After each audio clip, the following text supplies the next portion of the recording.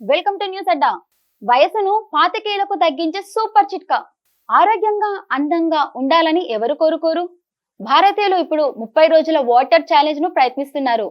దాని నుండి మంచి ఫలితాలను చూస్తున్నారు. అసలు ఏమిటి వాటర్ ఛాలెంజ్? ఎందుకు దీనిని ఇప్పుడు ఎక్కువ మంది ట్రై చేస్తున్నారు? నీరు చర్మ ఆరోగ్యానికి ఎంతగానో దోహదం చేస్తాయి అనే విషయం అందరికీ తెలిసిందే.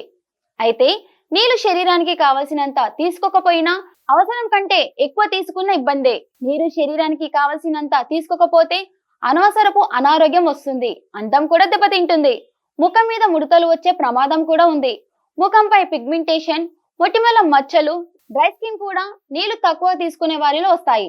శరీరానికి కావలసిన మోతాదులో నీరు తాగడం సాధారణ ఆరోగ్యానికి మద్దతు ఇస్తుంది. సరైన హైడ్రేషన్ చర్మం యొక్క రక్షణ పొరను స్థిరంగా ఉంచుతుంది. ఇది చర్మం నిండుగా కాంతివంతంగా కనిపించేలా చేస్తుంది. పెద్దలకు రోజుకు సుమారు 2 నుండి 3 లీటర్ల నీరు అవసరం.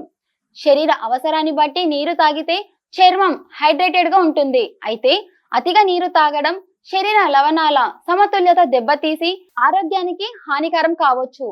కొన్ని చర్మ సమస్యలు నీరు తాగటం కారణంగానే తగ్గకపోవచ్చు, కానీ నీరు తాగటం చాలా వరకు చర్మ ఆరోగ్యానికి మేలు చేస్తుంది. త్వరగా వృద్ధాప్యం రాకుండా కాపాడుతుంది.